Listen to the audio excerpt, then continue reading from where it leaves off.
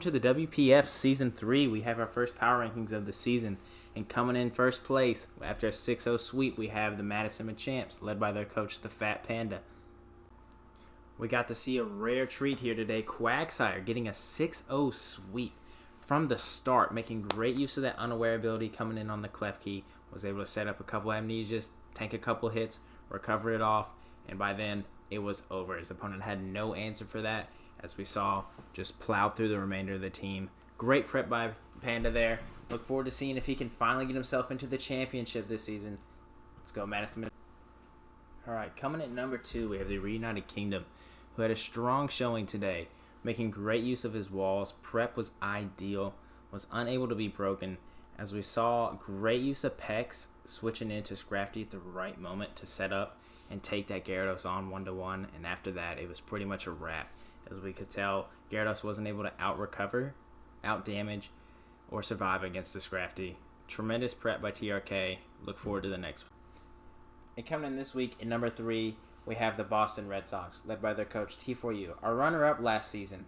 This week facing off against divisional opponent, the Farmland Farfetch'd. As we saw, T4U made great use of Blacephalon this week, waiting for the right moment to strike to come in and take advantage of the Beast Boost ability. It was cool to see Blacephalon do what it needed to do. It's one roll, blow things up. Great work by T4U. Look forward to see what this season has in store. Coming in at number 4 this week, we have the defending champs, the San Antonio Skrelps, facing off against divisional opponent, Seattle. We saw great use this week of Zeraora and its ability, Bolt Absorb, with its signature move, Plasma Fist. First time I had ever seen Plasma Fist in action do what it was supposed to do. Great work by the defending champ. Excited to see what we've got coming in store. And coming in at number 5, we have the Violet City Vileplumes, led by their coach Rook. We saw this week a failed setup by Smurgle, but great prep bringing Tapu Fini to come in and completely check the Suicune that was basically set up to win at that point. Excited to see if Rook can have a better season than last season, as he's had a rough first season in the league, but after a good week 1 showing, the ceiling is definitely high. And at number 6, we have probably the greatest team in this entire league, the Tennessee Red Gyarados, led by their coach, Big Shane, and the shiny Gyarados. As always, I know what you're thinking, where's the Mega? Well, we wanted to try something new. Decent showing this week, was pretty fun, watching to see what we had going on. Look forward to what we've got this season. Hopefully regular Gyarados shows out just like the other one. And here at number 7, we have the Milwaukee Stantler, probably the best mascot in the league, if I'm being honest. Really cool choice there. Got to face his old team this week from last season against the Twin Leaf Dynamo. Looked fun. We had our first marathon match of this season, going well over 40 turns. We just saw great use of Heatran, waiting it out, and Archeops to the right moment to finally be able to whittle down his opponent. Getting those rocks up was huge. Looking forward to seeing how this season goes for me. He's got a tough division once again with the Madison Machamps, just like. And rounding out the top 8, we have the Golducks, led by their coach, the Unbecoming Duck. This is the new coach to the WPF this season. Had his first match against a Season 1 vet, Kronos. Was able to make quick use of Mega Lopunny, finishing off the remainder of his team. Once he started to get those power punches going, he kind of knew where this match was about to head. Good game by both coaches there. Look forward to seeing what both have to bring to the end of the season. And here at number 9, we have the Midwest Mawile, led by their coach Big L. This is his first season in the league. Had a good first match, just wasn't able to close it out. Great use of Hippowdon, was able to whirlwind the Tennessee Red Gyarados in and out for quite some time. Was honestly whittling the team down, and it just kind of came down to the end there, where it's real close, a 50-50 call, maybe you could say, on who came in. The flinch was kind of big with Togekiss, but honestly, good match. I'm sure this coach is going to do well this season. Look forward to seeing what he's. Coming in at number 10, we have the Seattle Skarmory facing off against the defending champs.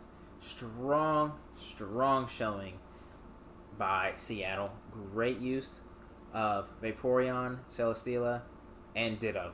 Put on a lot of pressure early. Honestly, thought he had the match going through the first half of it.